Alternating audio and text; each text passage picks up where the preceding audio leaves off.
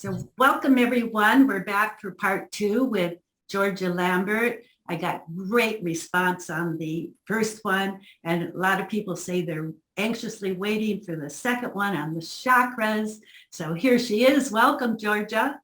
Hi, how are you? Good. Let me make this into the view thing into gallery view. There. Okay. So let's begin. And then your bio will be under the video again, but we went through that last time. So most people know that. Yeah. Exactly. Well, what we're going to do today is we're going to talk about the chakras. Now, we could spend months on this. This is just going to be a quick overview and hopefully clear up some things. And in classes, we have spent months. We have. Yes, we have. Last time, we talked about the subtle bodies, and we talked about the fact that there is this etheric light body or etheric envelope that is our true body of manifestation that supports the mental, supports the astral or emotional, and supports the physical. Again, when the term etheric is often used out in the marketplace, they're meaning the physical etheric, which underlies the physical nerves and conforms to the physical body. But the true etheric is ovoid, and it supports all of the bodies. The chakras are organs of this etheric light body, which means, since the etheric light body supports the mental, the astral, and the physical, that the chakras have a mental counterpart, an astral or emotional counterpart, and a physical touchdown point, as well as being a center of spiritual energy. There are many chakras. There are more than 7 major ones. There are 21 minor chakras and 49 minute chakras, which aren't usually talked about, but all together form certain circuits within the body. And we'll touch on that as we go along today. The best way to think about a chakra is an energy center. It's like a mini tornado. It's a vortex. It has a suck-in end and a spit-out end. If you think of the chakras along the spine, and I'll show you a chart of these in a moment, they're like little tornadoes that are behind the back and funnel into the spine. The reason that they're shown as inside the body or in front of the body in so many old texts is that when clairvoyants look at an individual, they're seeing the radiation of the chakra, which is more out within and to the front. But the chakras below the head actually are 3 to 6 inches behind the physical back. The ones in the head are the one in front of the forehead, which we'll talk about all of these, 3 to 6 inches in front of the forehead, and the head or crown chakra 3 to 6 inches above the physical head. The best way to look at a chakra is to draw it like a diagram, like a circle in the dot. Okay? The dot in the center is that touchdown point for spirit or the monad. This is the jewel in the lotus. In the East, the chakras are shown as lotus blossoms of varying petals. And the jewel in the lotus is this point of life or spirit at the very heart of the chakra. That mantra, Om Mani Padme Hum, hail to the jewel in the lotus, is referring to this point of spirit with a dot in the center of the circle.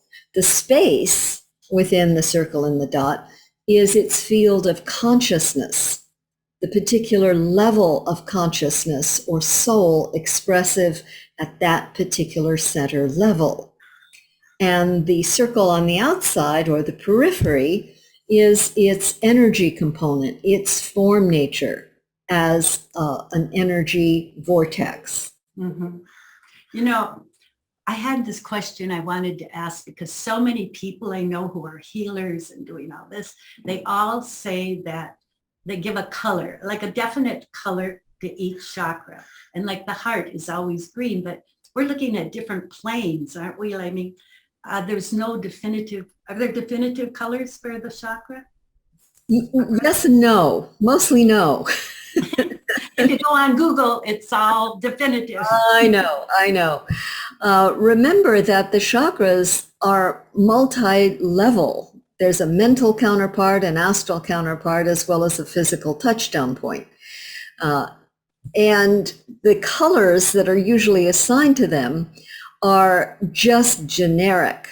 They differ with different people who have different ray makeup or different energy combinations, and they're in different places on the path.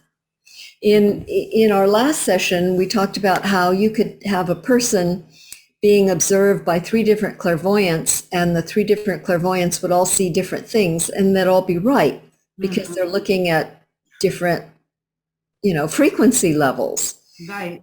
The other thing is that what is balance for you at one stage of the path is not balance for you at a further stage of the path. And so all these modalities that, put healing stones on chakras and things like that, that is not true for all people, because it depends on where you are on the path. As you grow and develop, energies are transferred from lower chakras or centers into higher ones, and they're in the process of transference. So balance for you, what is balance for you on one level of the path may not be balanced for you at another level of the path. And another thing that people doing this chakra healing, wanting to put them all in clockwise motion too. I mean, it's just another one. I know. Again, these are generic ideas, and they're certainly a start for the Western mind, but they are not hard and fast by any stretch of the imagination. In fact, we don't have time to do this today, but a chakra evolves through 7 specific stages, and the clockwise motion stage is only one of them. Right. Okay. We cleared up some of the spin and the color. Good. So what we're going to do now is we're going to take a look at what is generally called the 7 major chakras. There are actually more, but we'll look at the 7 major ones. So I want to pull up the first chart that I want to show everybody. Let's see here.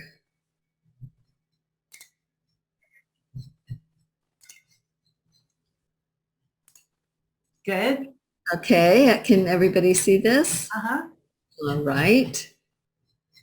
Okay, let's start at the bottom and work our way up, and then we'll come back to each one. I just want everybody to get the general position on the body. Did you paint that picture? This is an old master painting that I purloined, and oh, okay, because I know you're such a great artist. I was just wondering. No. The bottom one is called the Kundalini, or the root center.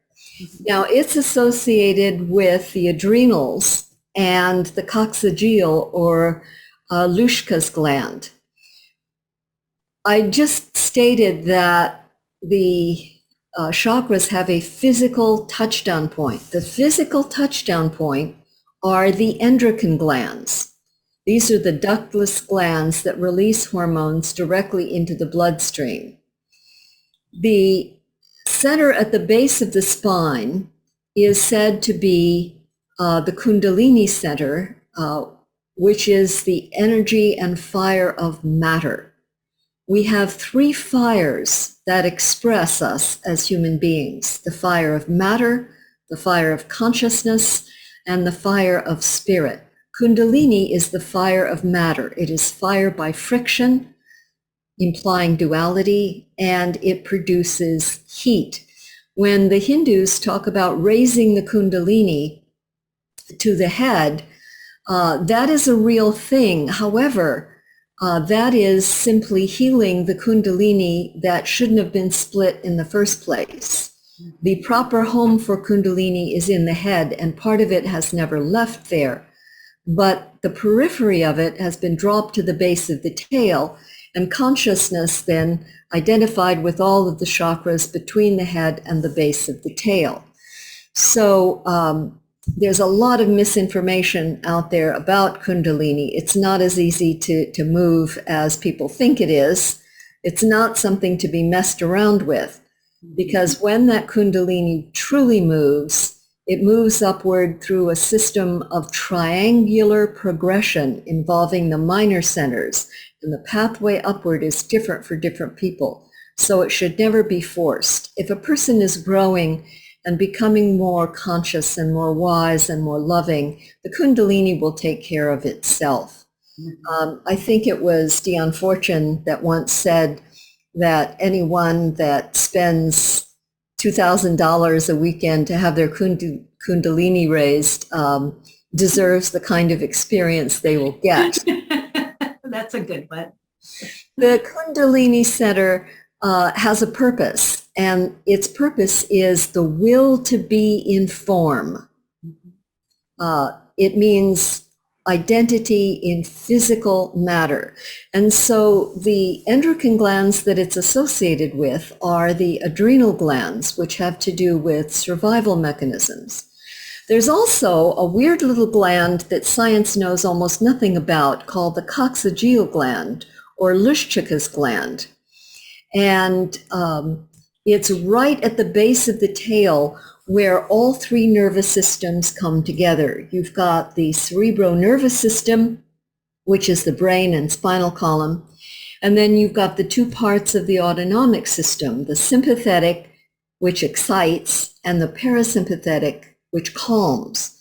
And all three of these nervous systems have sort of conjunctions at each of the chakras, which means that when things happen to you in your life and affairs, all three nervous systems are vying for which one is going to take that call, which one is going to respond to the particular situation. So Lyschika's gland is right there at the very base of the tail where all these three nervous systems come together. And it has a place to play in some of the major initiations, which we can't really go into here. The second one up is the sacral or sacral center. It's associated with the generative organs, the ovaries or the testes, depending on what kind of body you're in. It's between the lumbar vertebrae 4 and 5 is where it funnels in. Remember, the chakras are actually outside the physical body, and they funnel in like a little tornado into the spine. The sacral center has to do with sexual energy, which is confused with Kundalini. This is another misconception. Kundalini is not sexual energy, although it's confused with that. It's because of its close proximity to the sacral center. The interesting thing about the sacral center is it's not only involved in reproduction. You know, the center at the base of the tail has to do with the will to be in form, but the sacral center has to do with the mechanism of how we get to be in form. Mm-hmm. And of course, now that we're getting into cloning and genetic manipulation, we may have new ways of coming into incarnation in the future. But so far, there's one way. They're still working on it. There's still one way, and that is the province of the sacral center. The other thing that's interesting about the sacral center is that it relates to humanity's financial system. In other words, the system itself, regardless of the form money is in, whether it's paper or oil or gold or land or whatever it happens to be in the culture, the system itself that produces physical exchange of goods and services and that kind of thing is governed unconsciously by humanity's sacral center, which is why sex and money are so often, found together. Yes. The solar plexus is the big emotional center. This is the most dominant one within humanity en masse. and it's related to the pancreas and stomach issues. It's between thoracic vertebrae 11 and 12. And we'll talk a lot about the solar plexus in a few moments, but the solar plexus center is, again, the major organ of the emotional body. And this is the base of operations for most of humanity. The heart center, which is higher than most people think it is. If you reach out your arms and pull your shoulder blades together, like you were trying to hold a quarter between your shoulder blades, that's about where the heart center is. There's a great, it's related to the thymus, which has to do with your immune system. And it is between thoracic 5 and thoracic 6. Now, the interesting thing about the heart center is it's often confused with the aspirational solar plexus.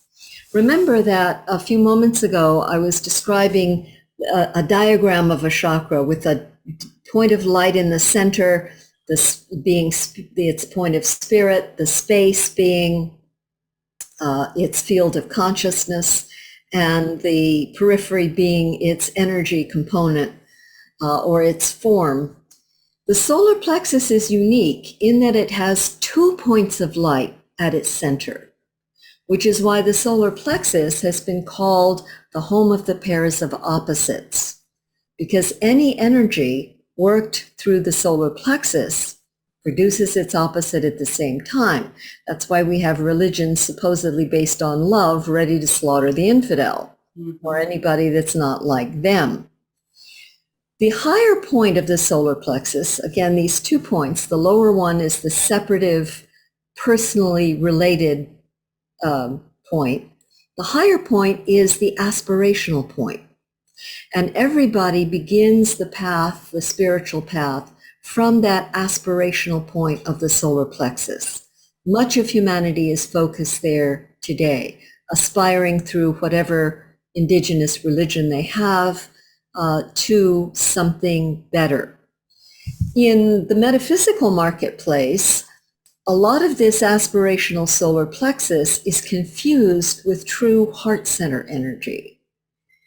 One way to tell the difference is the heart center is impersonal, and it's always outflowing, it's always group oriented, and it's always service oriented. And again, it's tied up with the thymus, which has to do with the immune system.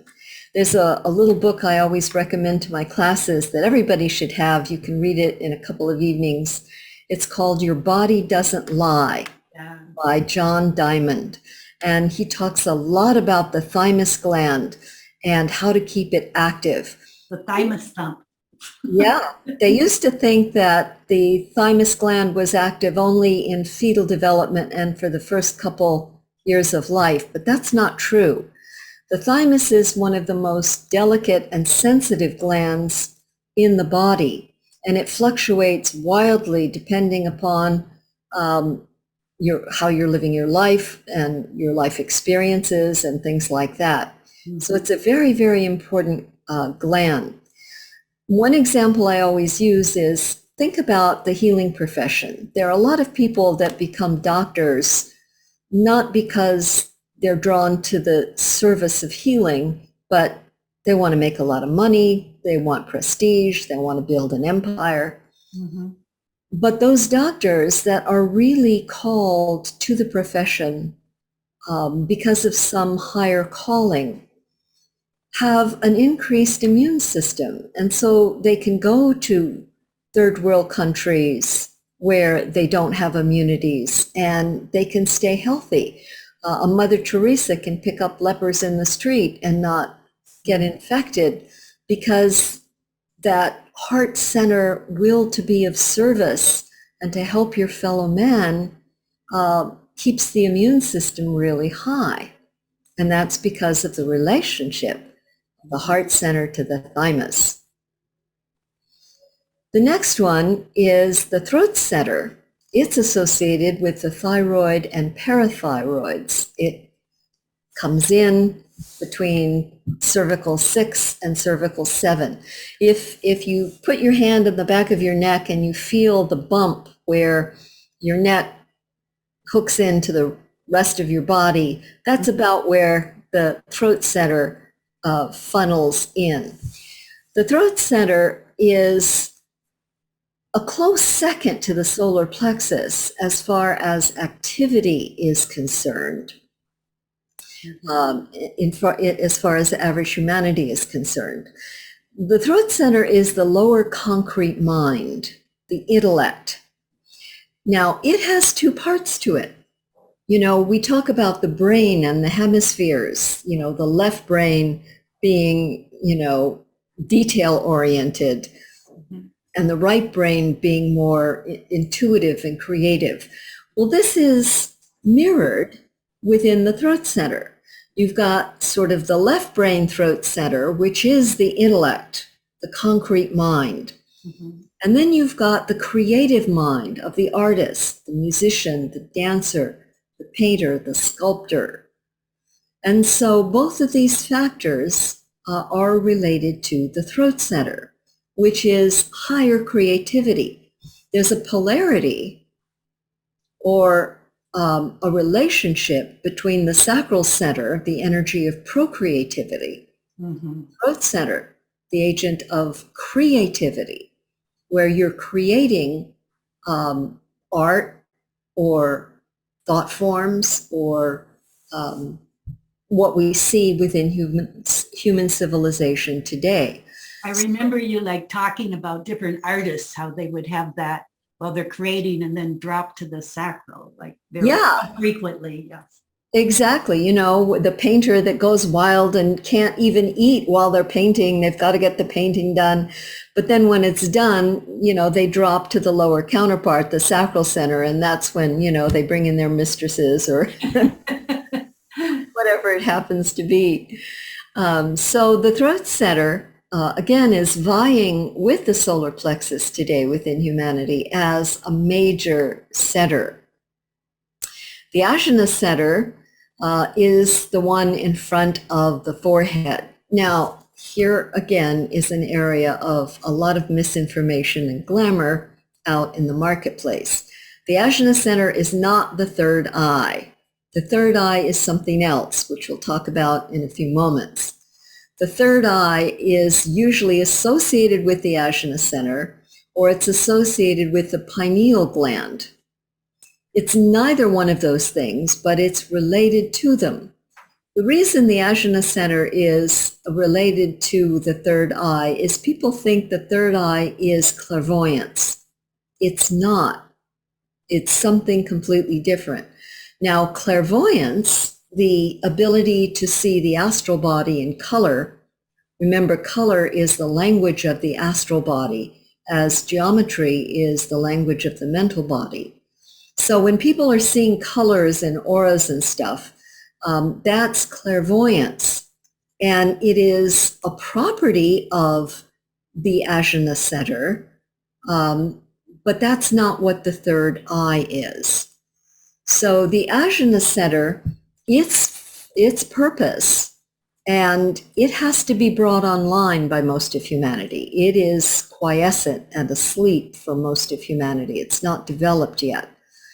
The Ajna center is used for integrating the total personality, meaning to get all your bodies and ducks in a row and aligned and working together. The old symbol for the Ajna center was the charioteer within the chariot pulled by three horses. The three horses being the mental body, the astral or emotional body, and the physical body. And each of these bodies has its own life and affairs and its own intent, and they don't always match. You know, the example I always use in class is, you know, you get out of the shower one evening and you look at yourself in the mirror and you think, boy, I've got to go on a diet. And then later on the next day at the cafeteria, the plate of spaghetti goes by or the chocolate mousse or whatever it happens to be, and you forget all about what your mental intent was, because what the astral body wants and what the mental body wants are two completely different things sometimes.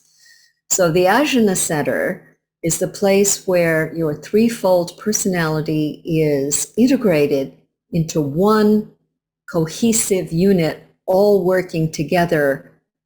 And now the personality can be of real use to the soul. I know how you talked about like the that we have a deva of the mental, a deva of the spirit, of the emotional, and a deva of the physical, and so they're coming together. Yeah, exactly. And now you've got an instrument that the soul has been building for millennia and eons, and now it's coordinated and it can be of real use to the soul. It can be the Grail chalice for the soul, the hands and feet of the soul. So the earlier stages of the path have to do with building the ajna and integrating those three bodies. The term ajna comes from the Hindu character Arjuna in the Bhagavad Gita, the divine warrior.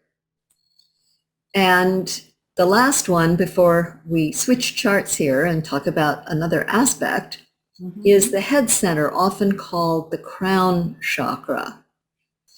When this one is active, it produces a radiation that we see as the halo around saints or the bump on top of Buddha's head. It's related to the pineal gland, also called the epithalamus. Oh, by the way, the Ajna Center is related to the pituitary, which is a master controller of the body, which makes sense. If the Ajna Center is the integrator for all of the bodies, then obviously its physical touchdown point, the pituitary gland, would be a master gland coordinating all the other bodily systems. The head center is related to the pineal gland, named after a pine cone. In Greek initiation rites, the initiatory person, male or female, often female, used a staff called a thyrsus, which had the carving of a pine cone on top. At certain initiations, only pine resin was burned as incense. The head center has to do with the overshadowing spiritual soul. The soul doesn't live there, but the head center is the highest frequency center within the persona. It is still a persona center, but it is the most sensitive to the overshadowing spiritual soul. And the coordination of the head and the Ajna Center is part of the path. And I'll talk about that in a minute when we go to another chart. So this chart just gives you the rundown of where the centers are located, where they funnel into the physical body, and the endocrine gland that is the physical touchdown point. Okay? Remember, like the Vatican has that huge pine cone statue now. Well, think of all of those Egyptian drawings and those Babylonian and Sumerian drawings where you see the bas-reliefs where they're holding looks like a pine cone pointed at somebody. Right. And you see this over and over and over again. Let's stop for a minute. Okay. Any questions so far? Are we good? We're good. That was crystal clear. Okay. That was the comments I got. Oh, it's just crystal clear when she describes it. So that's good. Okay. So let's look at another chart and look at this from a whole different angle. Let me share screen again. Okay, new chart. Here are these same centers, but now we're going to look at the symbology, east and west, of these centers. On the left, you have the way that the centers are depicted in Eastern tradition as lotus blossoms of varying numbers of petals. And so the text on the left side of the chart shows the Lotus centers and the Hindu names for them.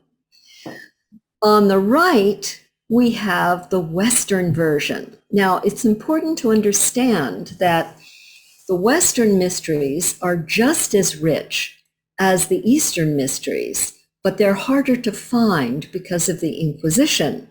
During the Middle Ages, the Western mysteries had to go underground and use a lot of symbology. I mean, you think of, the alchemical traditions, talk about being lost in symbology.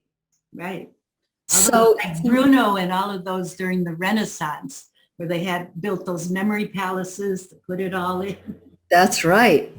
So we can look at Western mythology in a whole different way when we understand their relationship to the chakras. So let's look at these chakras again from their mythological standpoint.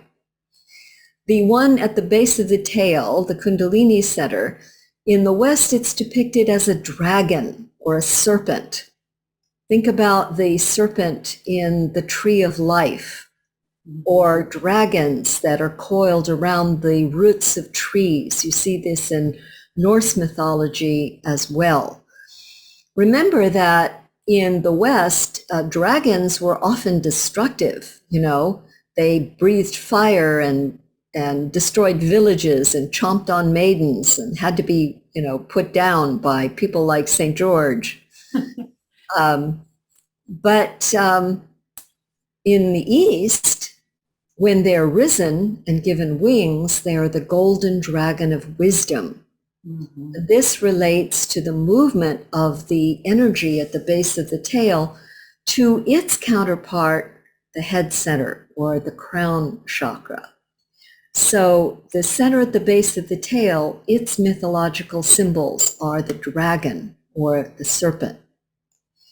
The sacral center, the next one up, is the centaur or Pan. Remember, the centaur is the half man, half horse, and Pan is the half goat, half human. The prepubescent sacral center is the faun, the Faun, the little child with the deer lower body. So that center is like a shimra. Yeah, it's the animal nature with man. We come into incarnation via animal procreation. In mythology, centaurs were a really rowdy bunch. There was only one centaur, Chiron, who was a healer and a teacher of initiates. We think of the teacher of Hercules or of Jason. But for the most part, centaurs were a pretty rowdy party animal kind of group. And that, of course, relates to the sacral center and procreation. The solar plexus, again, the major center within humanity en masse, is related to water. Why? Water is the age-old symbol of the solar plexus because it's constantly changing. The old way of dealing with water, when we look at the Old Testament, again, was to, part the Red Sea, get through as quick as you can before it closes on top of you. Whereas in the New Testament, and we talked about this last time, it's walking on top of the water, controlling the sea, calming the storm. So obviously, all water symbols relate to the solar plexus. Sea monsters, the kraken, mermaids, water nymphs who would, entice knights on their quests into, their depths and drown them. Again, all water symbols related to the solar plexus. The heart center is a lion. The lion is the king of beasts. It's not the biggest of the beasts. It's not the smartest of the beasts. So why is it the king? Because it's a sun symbol. It's golden. It has a radiatory mane. And so the lion is the symbol of the heart center. In a lot of Western architecture, on fountains, you see water coming out of the lion's mouth. This is a very iconical symbol of the service poured outward from the heart center. Oh. Mm-hmm. The throat center, the symbol is the bull. The bull is related to the neck in mundane astrology. And so we see the bull related to the neck. The throat center, the higher creative center. Think of the iconography of Mithras slaying the bull. This is the lower creative power risen to the throat center, where you become a conscious creator of thoughts or art or whatever it happens to be. And even in the negative, the bull relates to the throat center, or the pronouncement into the light of day. That's another thing the throat center does. We talk about in class that you may get lots of ideas in certain types of meditation, but until they're anchored in the brain, they can float off. That's why things can be real clear in meditation, and then an hour later, you don't know what you remembered. I wanted to ask a question. They always, like in Egypt with the bull, they always had like the bees living inside of it. And then when I was doing all this bee research, and I didn't know the relationship there. Do you? The bee, B-E-E. B-E-E. Yeah. Yes. This is, it's a whole different thing. It's said in esoteric tradition that during the Atlantean period, it was a matriarchal society. And the bee and the reverence for the bee comes from that. It's associated with Venus. There was a very famous bee cult on the Isle of Malta, which has some of the oldest megalithic ruins on the planet. In fact, Malta, the word Malta comes from an old name for honey.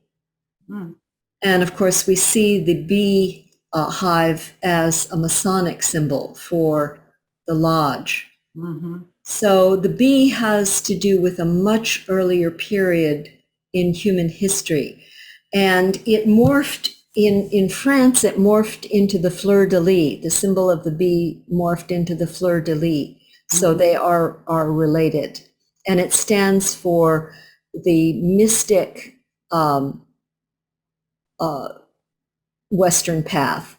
In the West, you have the path of the mystic and the path of the occultist. The path of the mystic symbolized by the lily, or older, the bee, and the path of the occultist by the red rose. That's why in the tarot cards you often see gardens with white lilies and red roses together, the alchemical red and white. Right. Okay. So even in the negative, the throat center is related to the bull. When we think of the pronouncement by the Pope, it's called a papal bull. And even, garbage from the throat center is called bullshit, right? There you go. It's related to the bull.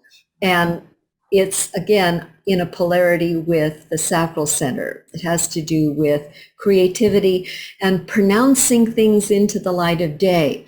Again, just because you get something in meditation and it's working in your mental body doesn't mean it's anchored in the brain. To anchor it in the brain, you have to speak on it. When you speak on it, you're issuing it out through the throat center into the light of day, and it's anchored in this time and place. The next one, the Ajna Center, we've already talked about the symbol of the charioteer in the chariot pulled by 3 horses. But there's a more esoteric example of the Ajna Center. And this is really interesting. The Pegasus, which is, of course, that beautiful white horse given wings, the vehicle that Perseus uses to rescue Andromeda, which is a Kundalini redemption story. The Pegasus is the animal nature given wings. But an equal symbol is the rooster. And this is, of course, the first bird to see the light of day. Now, there's another anatomical relationship here that's really interesting.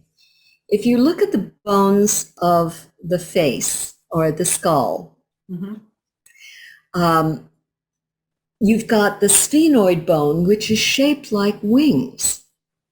Now, most AMA doctors will tell you that after a certain age in childhood, the bones of your skull fuse and the sutures become inflexible. That's not true. Chiropractors will tell you there's always a subtle movement in the bones of the skull with the pulsing of the cerebrospinal fluid. And in truth, these wings of the sphenoid move very subtly like wings. Wow. And the cool thing about this is that if you were going to ride on the Pegasus and relate that to the sphenoid bone, right in the center where you would ride, there is a depression of bone called the sella turcica in anatomy, which means Turkish saddle, where you would ride. And this sella turcica, the Turkish saddle, is like a cup into which the pituitary gland fits. And so M or N sounds in chanting are very popular because, for instance, if you are in the bathroom where the acoustics are really good, you can try this out. Sound the Aum, A-U-M. You'll notice with the A, the sound goes down in the solar plexus area.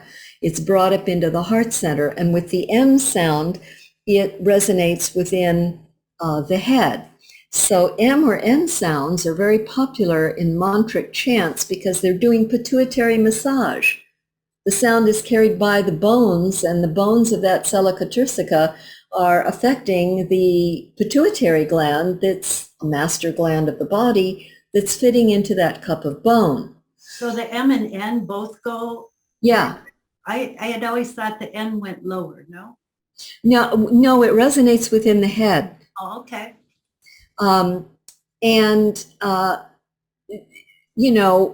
As far as chanting for long periods of time, the M or N sounds, if your pituitary is healthy, this might be fine. But if there are any imbalances, you could actually be making the imbalances work because that sound in the bones are stimulating the pituitary gland. And so there's another reason that we bring in the rooster here. In front of the wings, where the head would be, if it were a bird's wings, is a little area of bone called the cristagalli, which means coxcomb. So there's your rooster. Wow. And these are the ones last time we talked about. Are they still there, or are those disappearing too in the anatomy? Well, those are still there in anatomy books. A lot of the old Latin names are being changed, as we talked about before. Yeah. But some of these are still there. The sella turcica is still there. The cristagalli is still there. Wow. And now we come to the head center. And its symbol is the unicorn. Now, this is the true unicorn, which is not a horse with a horn on its forehead. The true unicorn is smaller, more goat-like. It has cloven hooves. And the horn actually is at the top of the head, but it points forward. There is a lot of very deep esoterica associated with the unicorn. The unicorn is a Christ symbol. If the Lion of God in the heart is the place where the child of God is born, the adult son is brought to birth within the head. And its symbol, again, is the unicorn. The story of the unicorn is that the unicorn lived in a forest in which a stream plowed through the forest. And this stream was poison, and it was unsafe for all the other animals in the forest. But when the unicorn came to the forest and dipped his head to drink, his magical healing horn touched the waters and made the waters safe for all the other beasts to drink. Now, what's the meaning behind that? Again, we could spend a lot of time on this. I'm going to go through this pretty quickly, but you'll get the idea. Mm-hmm. Within the brain itself, there are spaces. The spaces are called ventricles. And the two big ones are on each side, one in each hemisphere. This is where the cerebrospinal fluid is produced. The cerebrospinal fluid is produced primarily in the lateral ventricles, the two big ones on either side. Mm-hmm. Then it moves to the very center of the brain and the third ventricle, which is a very narrow little room. This is the room at the top of the stairs that's sacred to Masonry, because in this little third ventricle lives the pineal gland and the pituitary gland, Mm-hmm. which form an electrical relationship, positive to negative. The pineal gland positive to the receptive pituitary gland. Mm-hmm. And this is the alchemical red and white.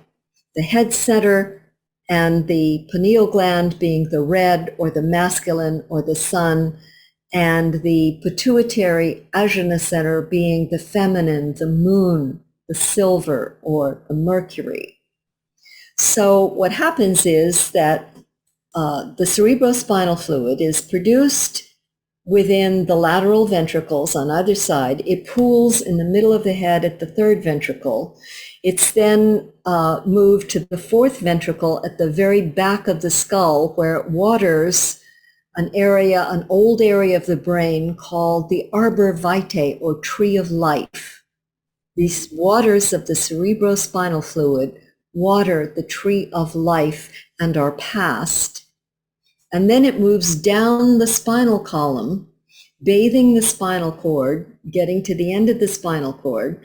Then it moves back up and is reabsorbed within spaces in the head or the brain called arachnoid spaces, arachnoid being like spiderweb spaces. Mm-hmm. This whole thing takes about 28 days.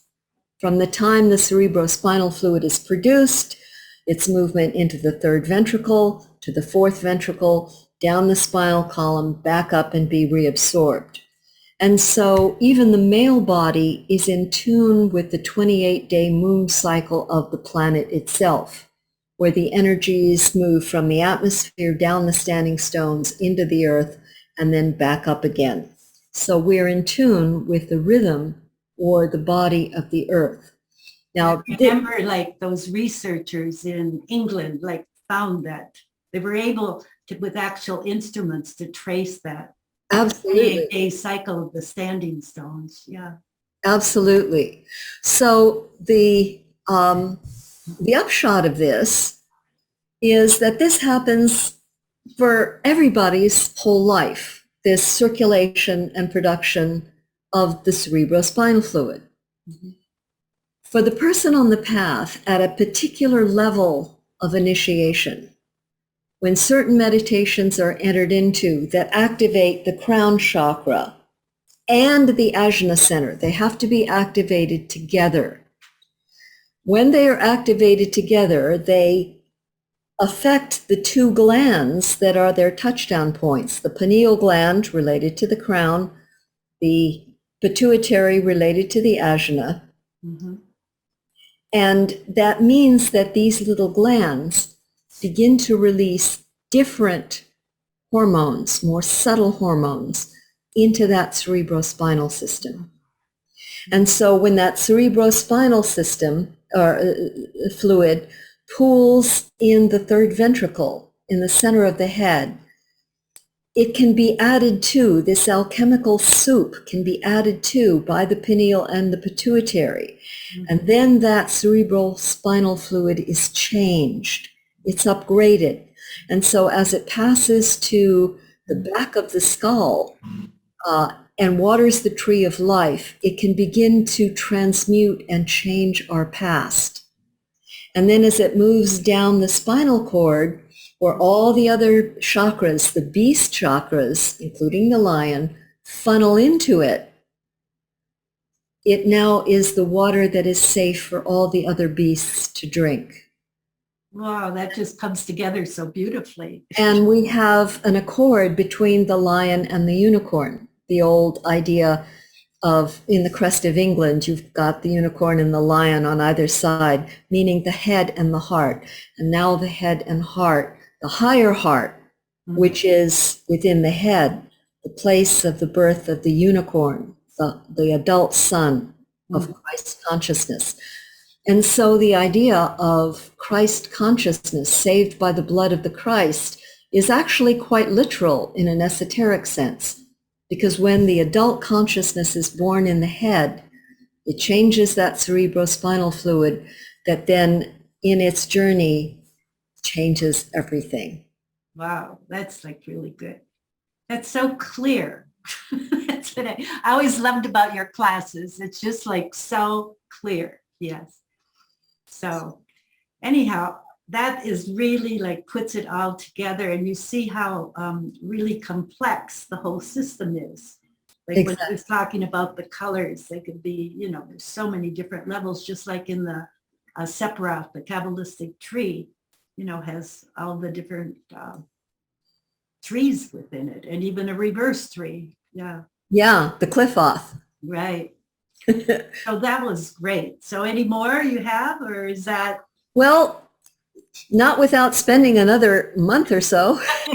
Oh, sometimes it's 2 years. That is true. Anyhow, that was great, Georgia. It was so like precise and just like, yeah, everybody. So now people can go back to their mythology. Yeah. And have a whole new take on things. Mm-hmm.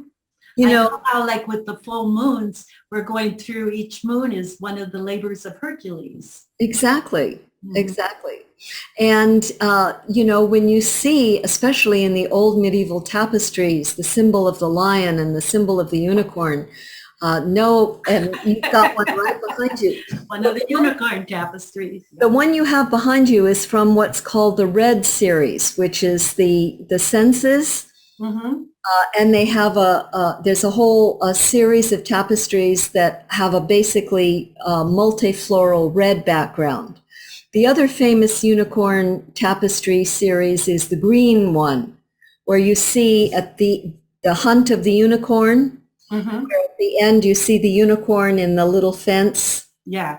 Yeah. That's the green tapestries. And those can be found in the Cloisters Museum outside of New York City. Yeah. Anybody I just love that. And embedded in this is like, there's little animals everywhere. Exactly. Like you see little monkeys and it's really complex. Yeah.